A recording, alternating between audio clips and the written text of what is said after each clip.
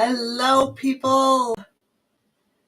I am here to share a story, and I told a few people that I was going to be here, so I'm actually hoping that a couple of friends might show up.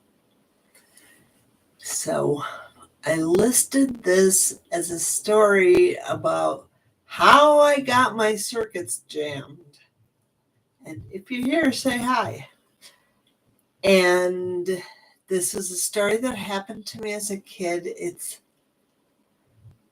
I cannot believe that I uncovered this after I don't know how many decades, but the truth is, it is a story that, hey, Susan, it's really hard for me to tell. Even though I have taken the grit and the difficulty and the pain of it and polished it up over and over and over, I should be one gigantic pearl. But I guess I'm kind of an opalescent pearl. Anyway, I am going to dive in because otherwise I might chicken out. No, I'm just kidding. So I found this paper because I actually wrote this story and then I couldn't find it and I didn't know where it was. And I mean, there's many things in the story that I could try to find it in my computer and I couldn't. And then one day, you know how that goes?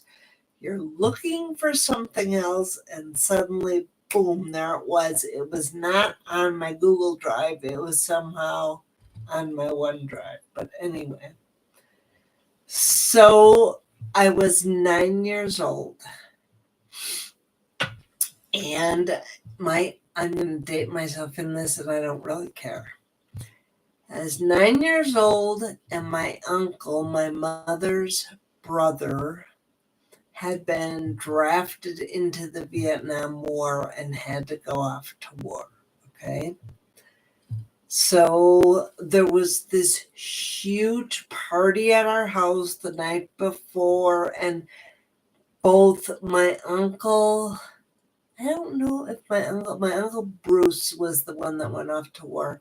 My older uncle, Neil, and my younger uncle on that side of the family, Scott, both played piano extraordinarily well. And there was tons of piano playing and singing and da-da-da into late into the night. And there were lots of beer. But, it was a going away party, right?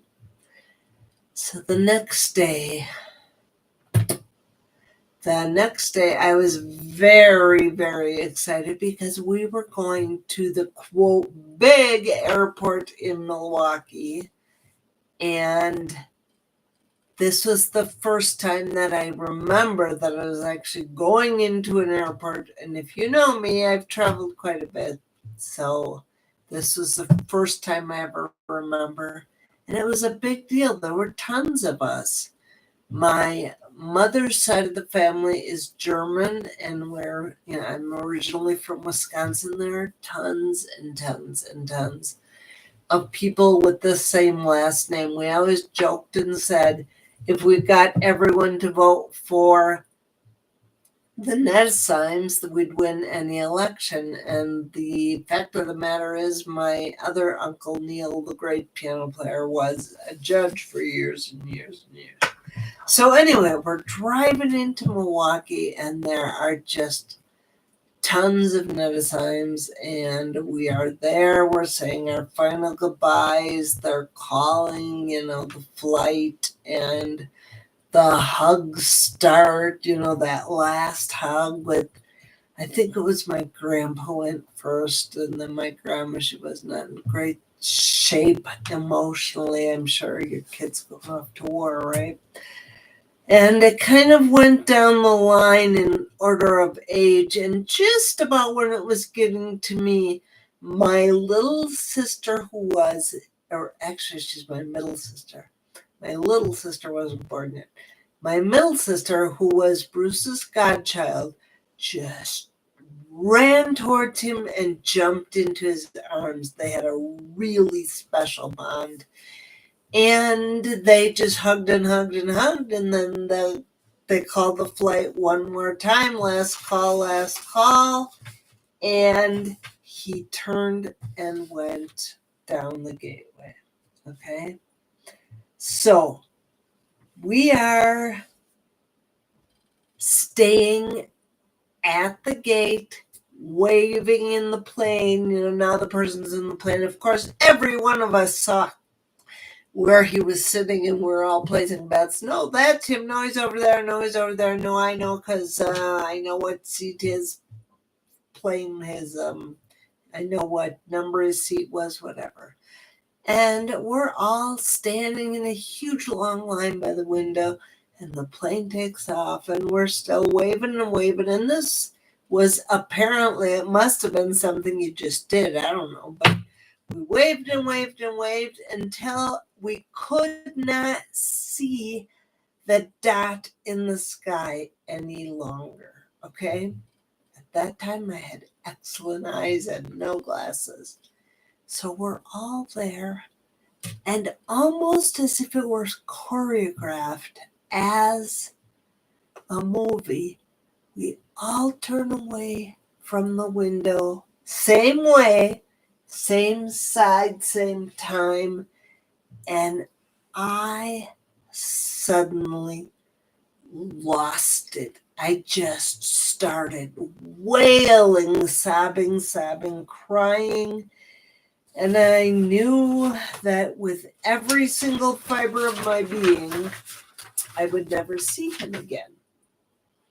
This was actually my first psychic hit that I ever got that I remember in my life, right? So it was April. Maybe it was the end of March. It was still cold in Wisconsin. I remember my hat in one hand, my jacket in the other hand, and I could barely see. I was crying so hard, but I felt really safe. I had like the herd around me. People were just kind of shuffling me along or whatever. And I was so overwhelmed. I just didn't know what to do with this feeling except sob. It was like my world had just shattered, right? And all of a sudden, from behind me, I felt this really sharp pain, and I was jabbed by my mother's elbow, and she growled at me and said, "Stop crying, your grandma's gonna feel bad." Now, I'm gonna say my 9 years old at that point, I believe that we are on a dynamic evolutionary path. And that 9 years old at my age has no comparison to a 9-year-old today. Okay. I had this way of thinking that in order to be good, in order to do things right, I was like a little straight A student following all the rules and doing everything, again, quote, right, since I was just a very young child. And I think it's because I was surrounded by so many adults that were teachers. I had uncles and aunts that were teachers, and there were just teachers everywhere, okay? My dad was a teacher, etc. So, this significant moment, and my reaction to this, so I'm sobbing, and I get this jab, and I just took this breath, like, I just gasped, and I immediately stopped crying. And it was almost as if at that moment I was imprinted with the thought that it was bad to show your feelings. Definitely anything psychic must have been absolutely horrible. And,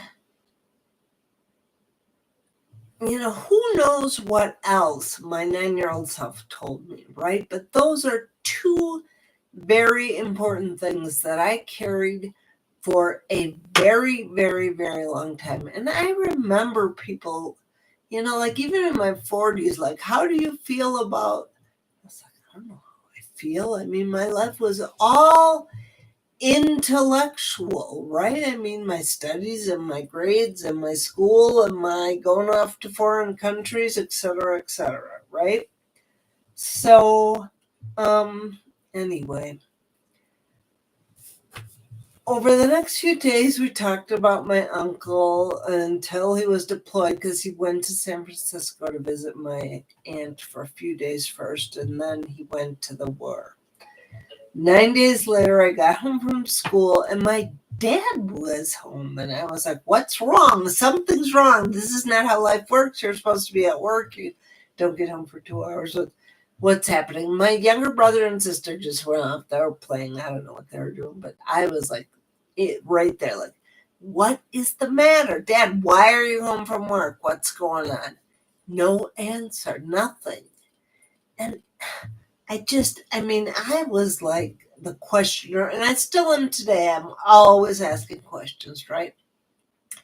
I asked and asked and asked the questions and had absolutely no answer. Finally, he said to me, your mother will tell you when she gets home. And I'm like, well, where is she? What's going on? Why isn't she home? And at that moment, she came in the back door. She looked in the kitchen. She saw my dad. She saw me. She yelled to my brother's room and said, hey, kids, come here. I've got some news. Come here, come here. And they luckily, they came really fast because I'm like, what's the news? And there was just kind of like everyone was getting settled and stuff. And I was just like ready to throttle someone. Tell me what is happening. And finally, I don't know what she said. Something like, I have some bad news. Your uncle died in the war. We're never going to see him again. And I didn't start sobbing, those stinging tears, you know how they come down your eyes. I always see the cartoon character.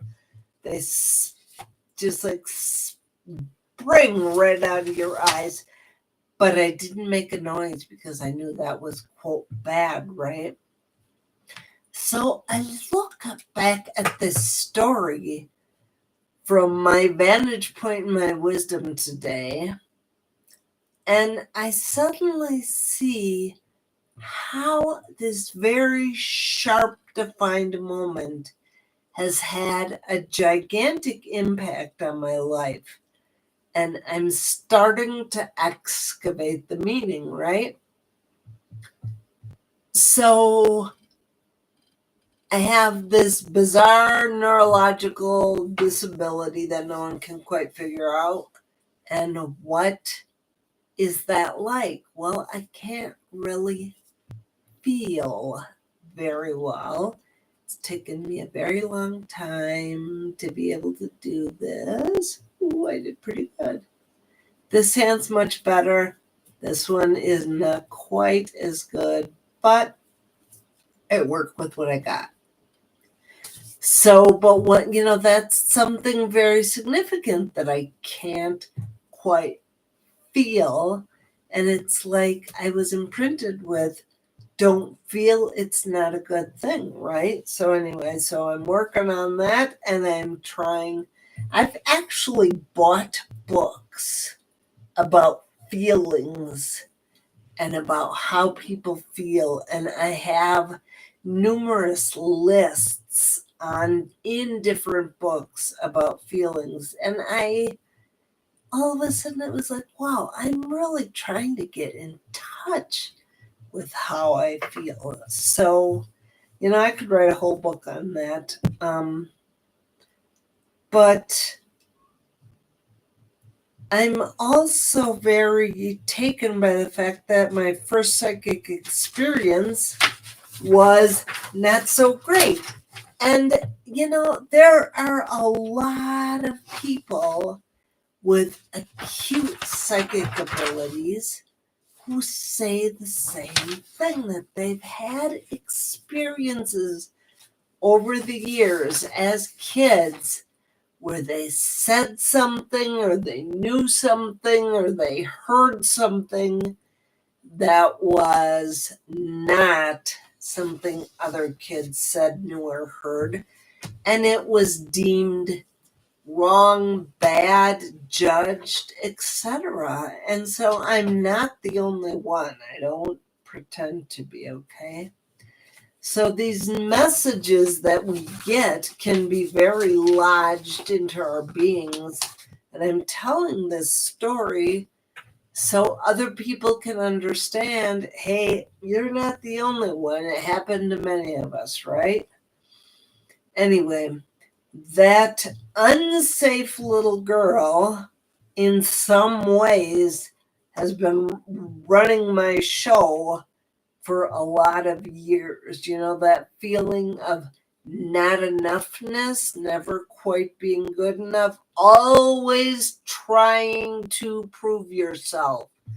I call it provology, and I must be the provology queen and besides, I'm a Virgo, so I got that Virgo perfectionist stuff going on.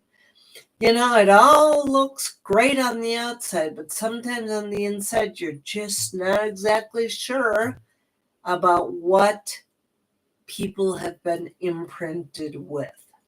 So, uncovering these gems, polishing them up, throwing them in the tumbler, and doing whatever you do to polish stones are things that I hope to share with all of you on this new YouTube channel.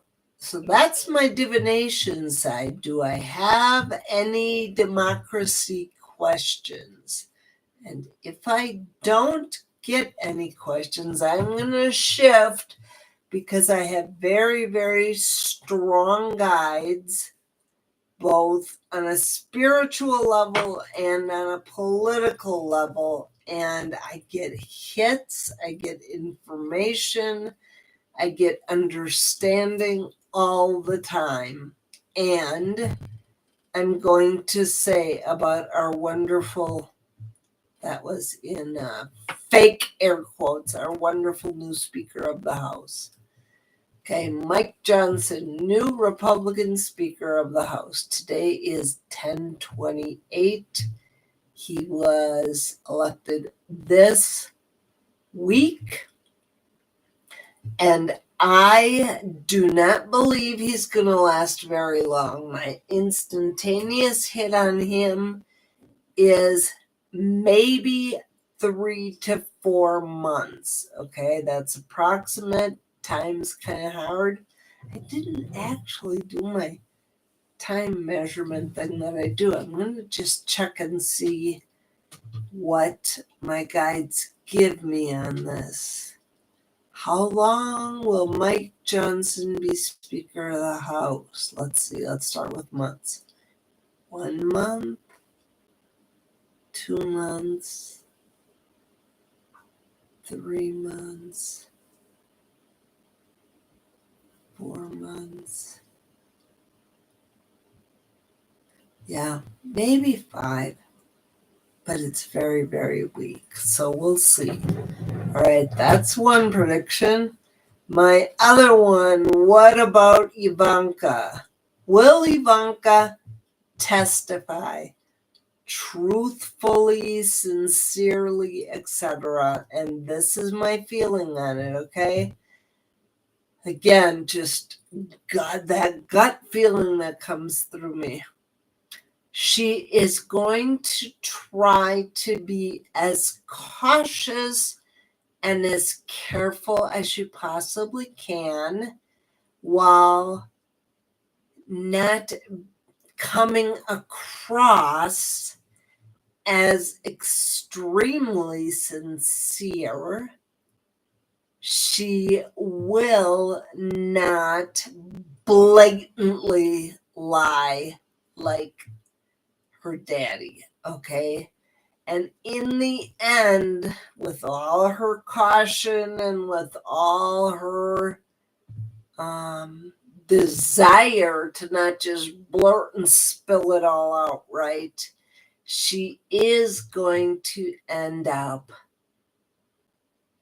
throwing daddy under the bus. And it's not going to be pretty, but she knows that she can't lie on the stand. So those are two of the predictions I have.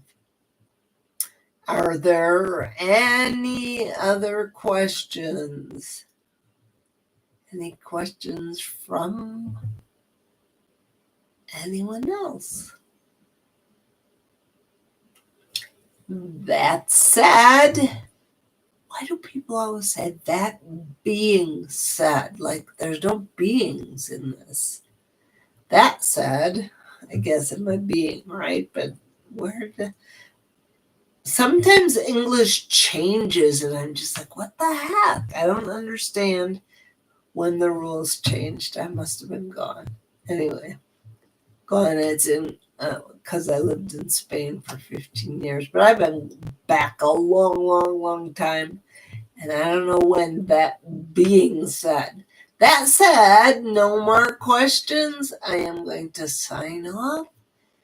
I would like to thank you for watching this. And I'm going to remember, please subscribe, hit the like buttons. If you have questions during the week, you can go to the community page on the general YouTube page, and you just type in the search bar, type in Gina Maria Opalescent or type in Divination and Democracy. You got to scroll down a little bit. There's a place there that asks for questions. So if you think of anything you want me to read on, just go straight for it, okay? Thank you. Have a great week. And I'm sure we'll have plenty more to talk about soon. Take care. Bye-bye. Oh, maybe the next time, I know what I'm going to do. The next time I'm going to tell you a funny story about one of my kids that did something at school that was kind of just, like I guess psychic parents maybe have psychic kids. I don't know that I would say that this kid's psychic, but it was an intuitive knowing that they had not to ask a teacher something. All right, more on that next time. Take care. Bye-bye.